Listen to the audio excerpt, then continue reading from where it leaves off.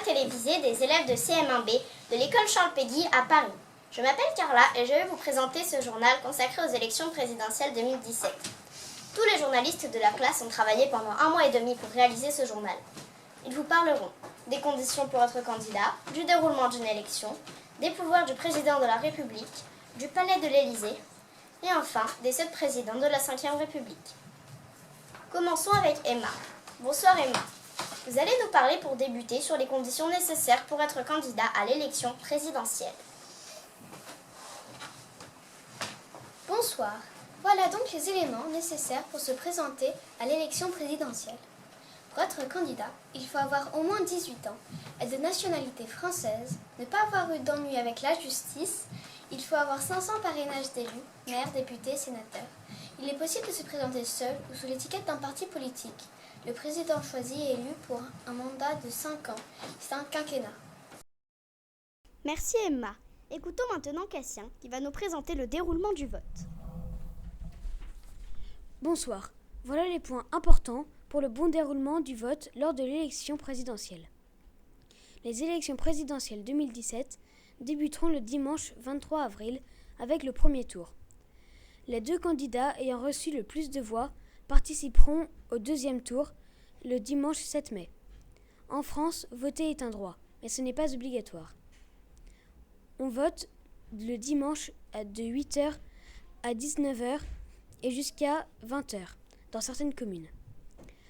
On vote le samedi pour les territoires d'outre-mer. L'électeur doit prendre une enveloppe et au minimum 2 bulletins de vote. Ensuite, il va dans l'isoloir où il choisit son candidat. Et il glisse l'enveloppe dans l'urne et signe la liste électorale. Le soir, il y a le dépouillement, c'est-à-dire qu'on ouvre les enveloppes pour avoir les résultats. Merci Cassien. Écoutons maintenant Joachim qui va nous présenter les pouvoirs du président. Bonsoir, je vais vous présenter les différents pouvoirs du président de la République. Le président de la République nomme les hautes personnalités de l'État, comme le Premier ministre, les ambassadeurs, etc.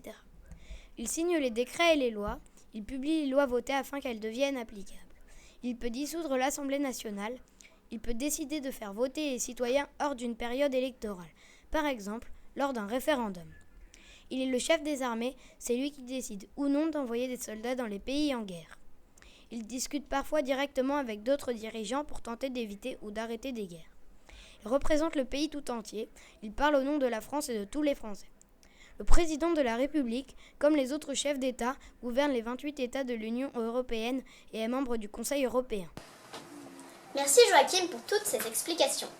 Accueillons maintenant Isor qui va nous parler de l'Élysée, le palais où réside le président de la République pendant 5 ans. Bonsoir Carla. Voilà quelques informations sur l'habitation du président. Le palais de l'Élysée est situé au cœur de Paris, près des Champs-Élysées. 365 pièces composent le palais de l'Élysée, dont 8 sont les appartements privés du président de la République. Le président vit et travaille à l'Élysée dans le Salon Doré qui se situe au cœur du bâtiment. Entre 900 et 1000 employés travaillent chaque jour à l'Élysée. L'Élysée est un centre de télécommunications équipé de 500 ordinateurs. L'Élysée est surveillé 24 heures sur 24. La valeur du palais de l'Élysée est estimée à 1,17 milliard d'euros. L'Élysée aura 300 ans en 2018. Personne ne peut approcher les bureaux du président sans être accompagné d'un garde. Le palais de l'Élysée est considéré comme une zone militaire. Depuis 1978, le sous-sol abrite un poste de commandement Jupiter, une pièce impénétrable où seuls les présidents peuvent déclencher le signal pour résister à une attaque. Merci Isor. Écoutons désormais plusieurs personnes qui vont nous parler des 7 présidents de la Ve République. Bonsoir Carla. Voilà quelques informations importantes sur les différents présidents de la Ve République. Charles de Gaulle. Son mandat a commencé en 1959 et s'est terminé en 1969. Il fut le premier président de la Ve République. Il voulait rendre à la France son rôle de grande puissance et fait lancer le premier sous-marin nucléaire français. Il démissionne en 1969 et meurt un an plus tard. Georges Pompidou. Il commence son mandat le 15 juin 1969 et le termine en 1974. Il ouvre une troisième chaîne en couleur. Il meurt le 2 avril 1974 pendant son mandat. Alain Poher, président du Sénat, est appelé à remplacer le président. Valéry Giscard d'Estaing. Il a commencé son mandat en 1974 et le termine en 1981. Il change un peu la vie quotidienne des Français. En 1975, sa ministre de la Santé, Simone Veil, présente un projet de la loi qui autorise l'avortement. François Mitterrand. Il commence son mandat le 10 mai 1981 et le termine en 1995.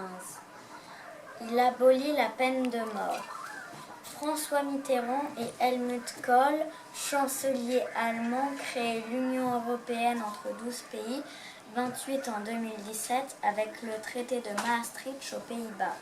Jacques Chirac. Jacques Chirac a commencé son mandat en 1995 et l'a terminé en 2007. Lorsqu'il arrive au pouvoir, le service militaire est obligatoire en France. Au cours de son mandat, le service militaire devient volontaire. Il a fait construire le musée du Quai Branly. Il a failli être assassiné le 14 juillet 2002. Nicolas Sarkozy. Il devient président le 6 mai 2007 jusqu'au 2 mai 2012. Nicolas Sarkozy a rajouté des heures supplémentaires pour gagner plus. Il a déclenché la guerre en Libye contre Mouammar Kadhafi. François Hollande. Il a commencé son mandat le 2 mai 2012. Il décide de raccourcir les journées de classe et les semaines d'école passent de 4 jours à 4 jours et demi. Il finira son mandat le 7 mai 2017 car il a décidé de ne pas se représenter. Merci à tous. Voilà la fin de notre journal spécial élection présidentielle. Nous vous remercions de nous avoir suivis. Au revoir et à bientôt. Bravo au CM1B pour la réalisation de ce journal.